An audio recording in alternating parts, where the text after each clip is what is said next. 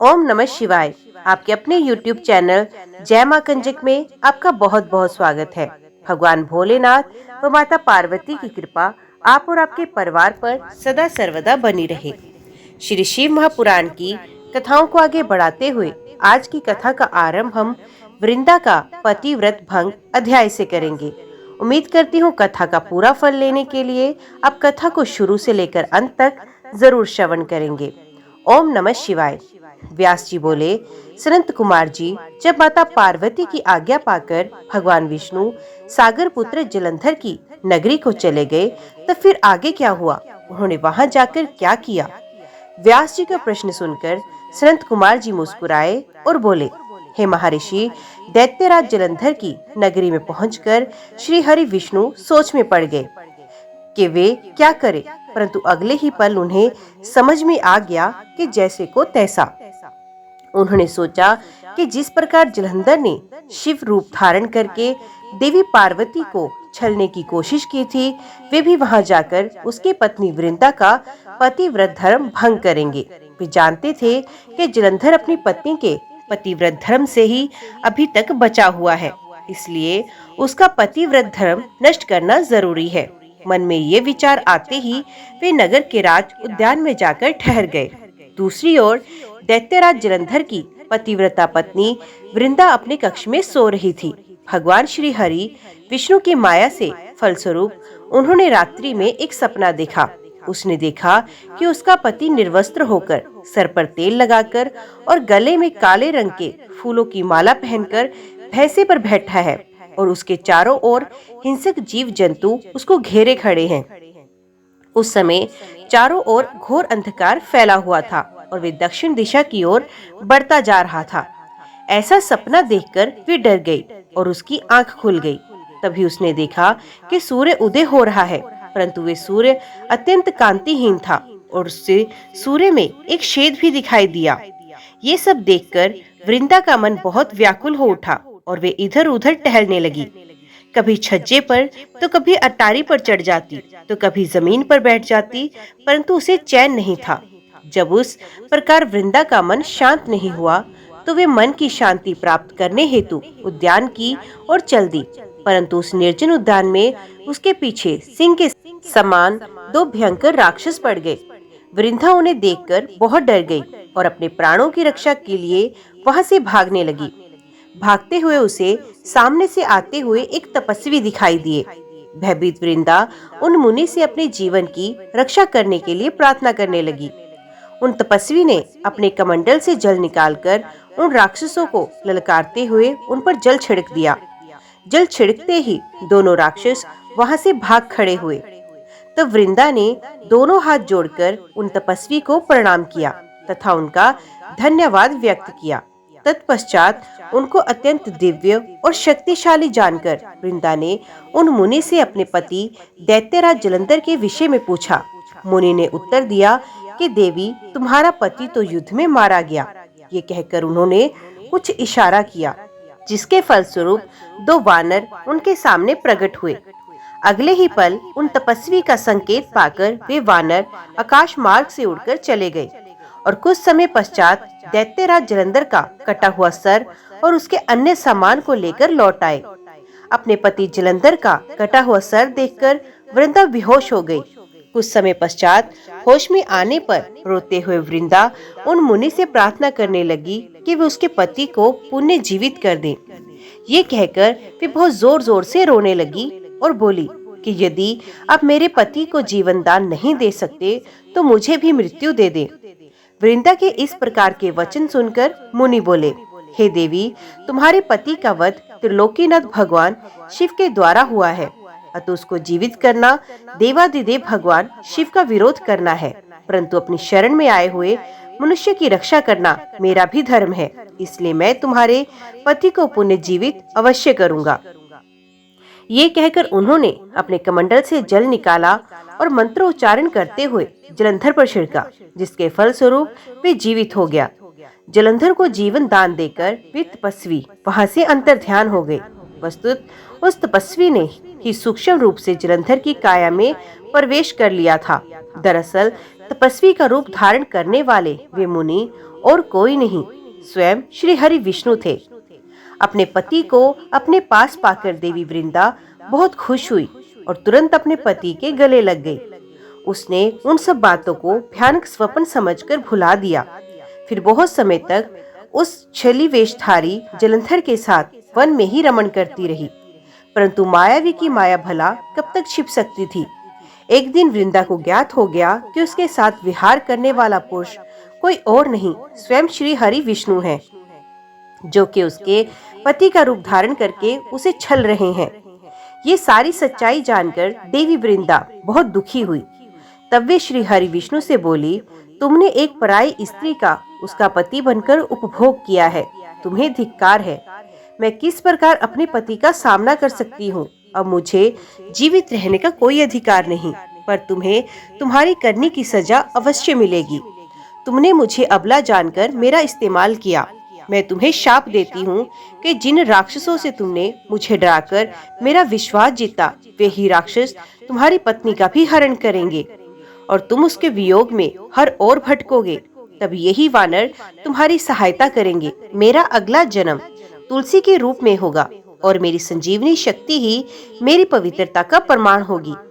भगवान श्री हरि विष्णु को इस प्रकार शाप देकर असुर श्रेष्ठ जलंधर की पत्नी वृंदा ने अग्नि में प्रवेश कर लिया और उसमें अपने प्राणों की आहुति दे दी। उस अग्नि में से एक तेज प्रकट हुआ और वे जाकर देवी पार्वती में समा गया। व्यास जी बोले, हे तात, उधर जब जलंधर द्वारा फैलाई गई गंधर्व माया से मोहित होकर सभी देवताओं सहित भगवान शिव भी युद्ध को भूलकर अप्सराओं का नृत्य गान देखने में व्यस्त हो गए, तब क्या हुआ? उधर जब जलंधर को पहचानकर देवी पार्वती कैलाश पर्वत से अंतर्ध्यान हो गई, तब वहाँ क्या हुआ? भगवान शिव ने क्या किया? संत कुमार जी बोले, हे महर्षि, जब जलंधर को अपने सामने भगवान शिव के रूप में देखकर देवी पार्वती ने जान लिया कि वे कोई बहरूपिया है, तो वे तुरंत वहां से अंतर्ध्यान हो गई। उनके अंतर्ध्यान होते ही सारी माया वहां से गायब हो गई। माया के गायब होते ही सभी देवता अपने अपने होश में आ गए। उधर देवाधिदेव भगवान शिव की चेतना भी वापस लौट आई और जलंधर की माया को जानकर उन्हें अत्यधिक क्रोध आ गया। तब जलंधर भी देवी पार्वती के अचानक वहां से गायब हो जाने के कारण तुरंत ही युद्ध भूमि में लौट आया। तत्पश्चात भगवान शिव और असुरराज जलंधर में बड़ा भयानक युद्ध होने लगा, परंतु त्रिलोकीनाथ भगवान शिव की वीरता और बल के सामने वे तुच्छ असुर कहाँ टिक पाता। ये बात जल्द ही उसे समझ आ गई कि सर्वेश्वर शिव को जीत पाना आसान नहीं बल्कि असंभव है। तब असुरराज जलंधर ने भगवान शिव को जीतने के लिए माया का सहारा लिया। उसने तुरंत अपनी माया द्वारा पार्वती को प्रकट किया और उन्हें अपने रथ पर बांध लिया।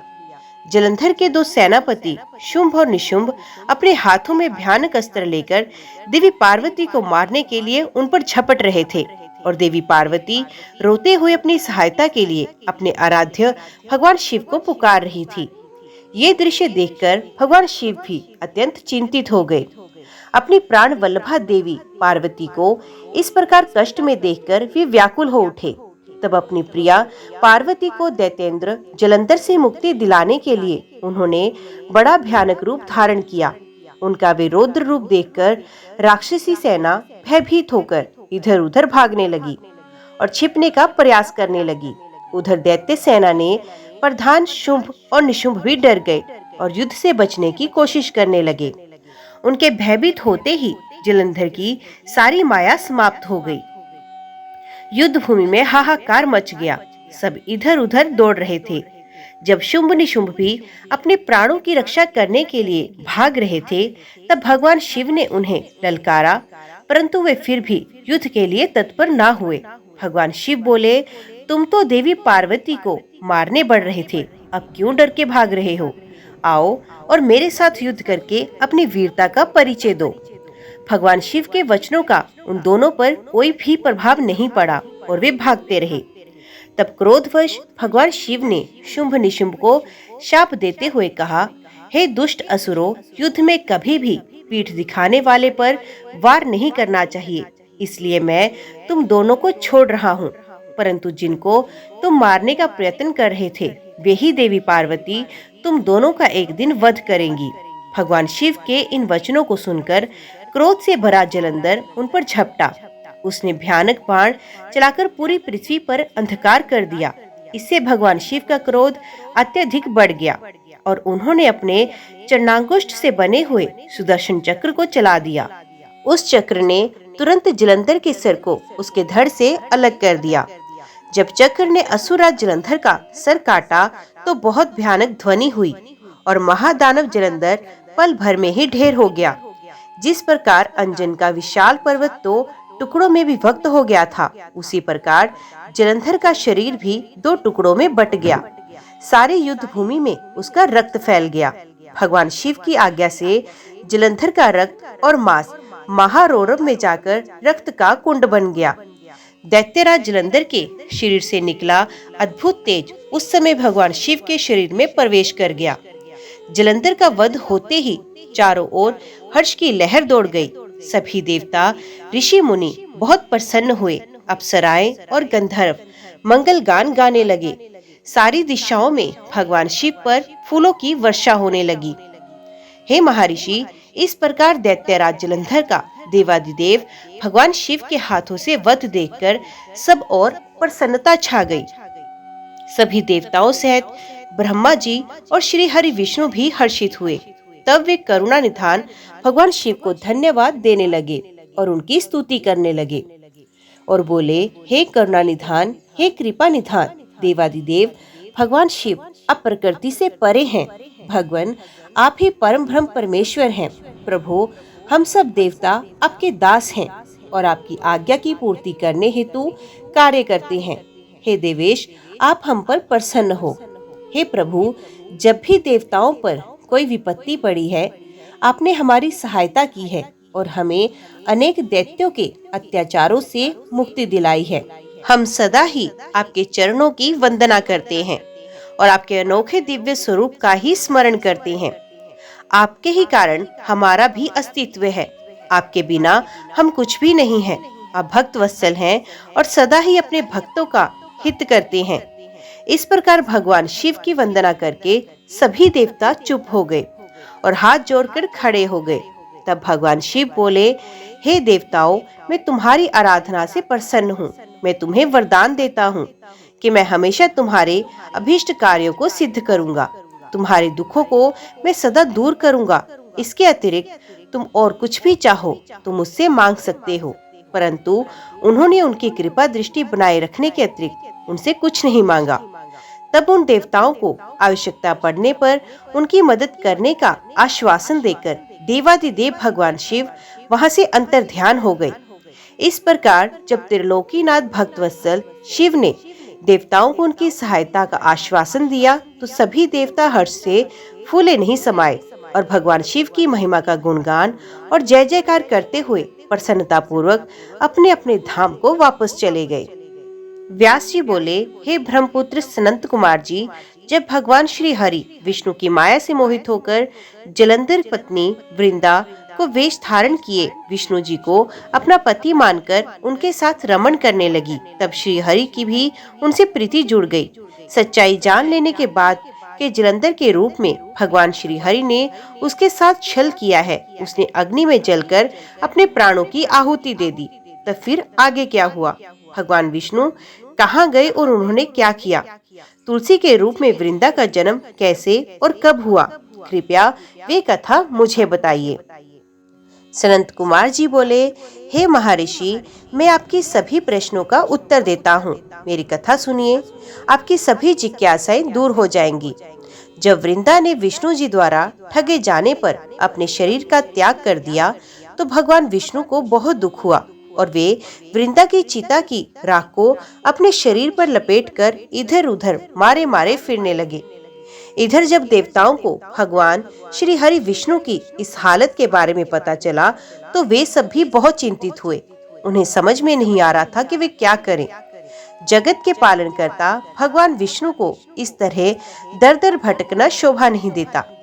जब देवताओं को इस समस्या का कोई हल नहीं मिला तब वे देवादिदेव भगवान शिव की शरण में गए। ब्रह्मा जी को साथ लेकर देवराज इंद्र देवताओं सहित कैलाश पर्वत पर पहुंचे। वहां उन्होंने त्रिलोकीनाथ भगवान शिव को हाथ जोड़कर प्रणाम किया और उनकी स्तुति करने लगे। तत्पश्चात शिव के पूछने पर देवताओं ने वहां आने का प्रयोजन शिव जी को बताया। देवताओं ने कहा, हे देवाधिदेव, करुणा निधान, भक्तवत्सल शिव, आप तो सर्वेश्वर हैं, सर्वज्ञाता हैं। इस संसार की कोई बात आपसे छिपी नहीं है। भगवान श्री हरि विष्णु ने दैत्यराज जलंधर की पत्नी वृंदा को जलंधर का रूप लेकर ठगा, परंतु उसके साथ साथ रहते हुए श्री हरि विष्णु की उनमें प्रीति हो गई और अब वे उनका वियोग सह नहीं पा रहे। वे अपने शरीर पर वृंदा की चिता की भस्म लपेटकर जोगी बनकर इधर उधर घूम रहे हैं। प्रभु, आप उन्हें समझाएं कि वे ऐसा ना करें। भगवान, ये जगत आपके अधीन है और आपको ही इस समय उनकी मदद करनी चाहिए ताकि वे पहले की भांति होकर अपने कार्यों को पूरा करें।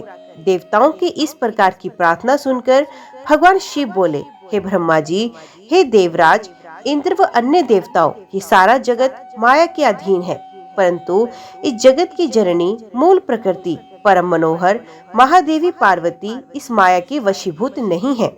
उन पर इस माया जाल का कोई असर नहीं पड़ता। इसलिए आप भगवान श्री हरि विष्णु के इस मोह माया के जाल को दूर करने के लिए देवी आदि शक्ति की आधारभूत देवी पार्वती की शरण में जाइए। यदि आपके द्वारा वे प्रसन्न हो गई तो आपकी हर एक समस्या का समाधान हो जाएगा और वे आपके कार्य को पूर्ण करेंगी। देवादिदेव महादेव भगवान शिव के इन वचनों को सुनकर सभी देवताओं को अत्यंत प्रसन्नता हुई और वे भगवान शिव से आज्ञा लेकर मूल प्रकृति की शरण में गए। इस प्रकार जब देवता प्रकृति देवी की शरण में जा रहे थे, उस समय वहां आकाशवाणी हुई, हे देवताओं, मैं ही तीनों प्रकारों के गुणों से अलग होकर निवास करती हूँ। मैं सत्य गुण में गोरा बनकर, रजोगुण में लक्ष्मी और तमोगुण में ज्योति बनकर इस जगत को आलोकित करती हूँ। इसलिए आप अपनी इच्छा पूर्ति हेतु देवी जगदम्बा की शरण में जाओ, वे अवश्य ही तुम्हारा कल्याण करेंगी।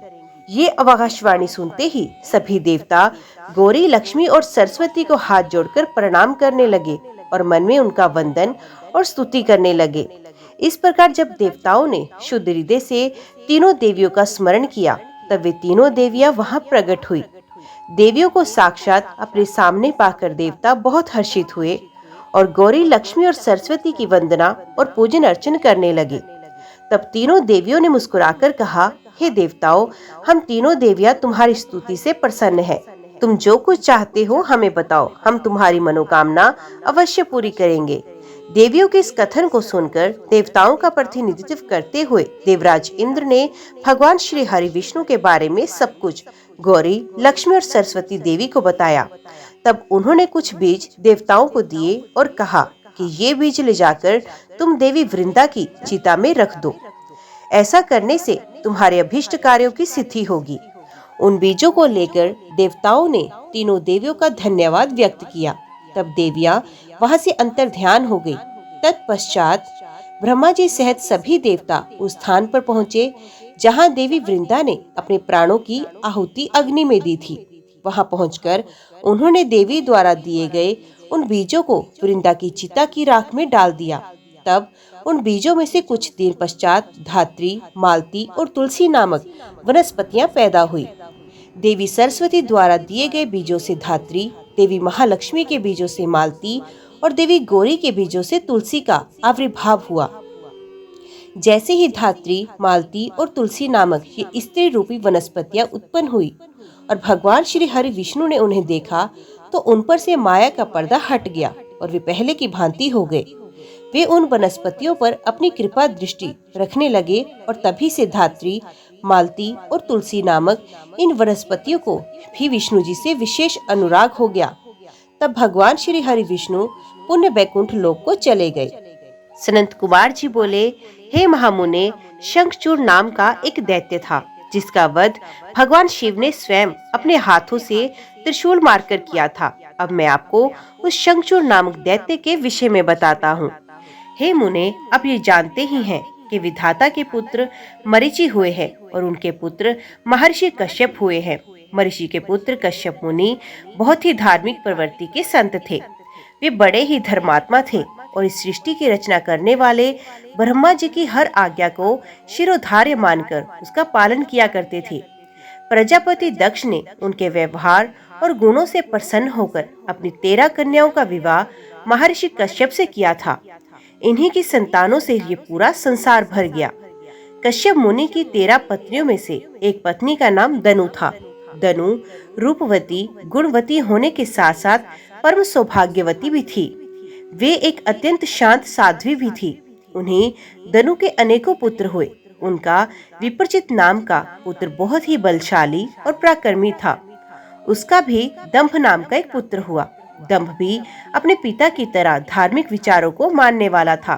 दंभ भगवान विष्णु का अनन्य भक्त था। इतना धार्मिक होने के पश्चात भी उसके कोई संतान नहीं हुई। तब वे बड़ा निराश हुआ और उसने शुक्राचार्य को अपना गुरु बनाया। उसने उनसे कृष्ण मंत्र ग्रहण किया। तत्पश्चात दंभ पुष्कर नामक तीर्थ में चला गया और वहाँ 1,00,000 वर्ष तक कठोर तपस्या करता रहा। उसकी इस कठोर तपस्या को देखकर सभी देवता ब्रह्मा जी को अपने साथ लेकर भगवान विष्णु के पास गए। भगवान विष्णु के पास पहुंचकर सभी देवताओं ने उन्हें आदरपूर्वक प्रणाम किया और दंभ के भीषण तप के बारे में भी बताया। तब सारी बातें जानकर भगवान श्री हरि बोले, हे देवताओं, मैं जानता हूँ कि दंभ मेरा अनन्य भक्त है। वे अपने मन में पुत्र प्राप्ति की कामना लेकर पिछले 1,00,000 वर्षों से मेरी कठोर तपस्या कर रहा है। मैं अवश्य ही अपने प्रिय भक्त दंभ की इच्छा की पूर्ति करूंगा। आप निश्चिंत होकर अपने स्थान पे जाएं। भगवान श्री हरि के इन वचनों को सुनकर ब्रह्मा जी और देवराज इंद्र तथा सभी देवता उन्हें प्रणाम करके अपने अपने लोकों को चले गए। तब भगवान विष्णु भी अपने भक्त दंभ को उसकी तपस्या का फल देने के लिए पुष्कर में चले गए। वहां उन्हें अपने सामने पाकर दंभ बहुत प्रसन्न हुआ और उनके चरणों में लेटकर उन्हें प्रणाम करके उनकी स्तुति करने लगा। तब विष्णु जी बोले, हे दंभ, मैं तुम्हारी इस कठोर तपस्या से बहुत प्रसन्न हूँ। तुम अपना अभीष्ट वर मांग सकते हो। आज मैं तुम्हारी हर मनोकामना पूर्ण करूंगा। भगवान विष्णु के ये वचन सुनकर दंभ हाथ जोड़कर बोला, हे देव, यदि आप मुझ पर प्रसन्न हैं तो मुझे अपने जैसा वीर और पराक्रमी पुत्र प्रदान कीजिए। तब श्री हरि विष्णु तथास्तु कहकर वहां से अंतर्ध्यान हो गए। इसके बाद दंभ भी प्रसन्नता पूर्वक अपने घर को लौट आया। कुछ समय पश्चात दंभ की पत्नी गर्भवती हुई।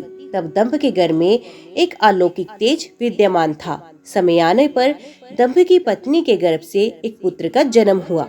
मुनियों ने उसका नामकरण संस्कार करके उसका नाम शंखचूड़ रखा। ओम नमः शिवाय। आज की वीडियो में इतना ही। उम्मीद करती हूँ वीडियो आपको पसंद आई होगी। वीडियो पसंद आई हो तो वीडियो को लाइक और चैनल को सब्सक्राइब जरूर कीजिएगा। ओम नमः शिवाय लिखकर कमेंट बॉक्स में अपनी हाजिरी और अपने सुझाव देना ना भूलिएगा। तो मिलते हैं अगले अध्याय के साथ। तब तक के लिए देखते व सुनते रहिए। जय मां कंजक, जय माता दी।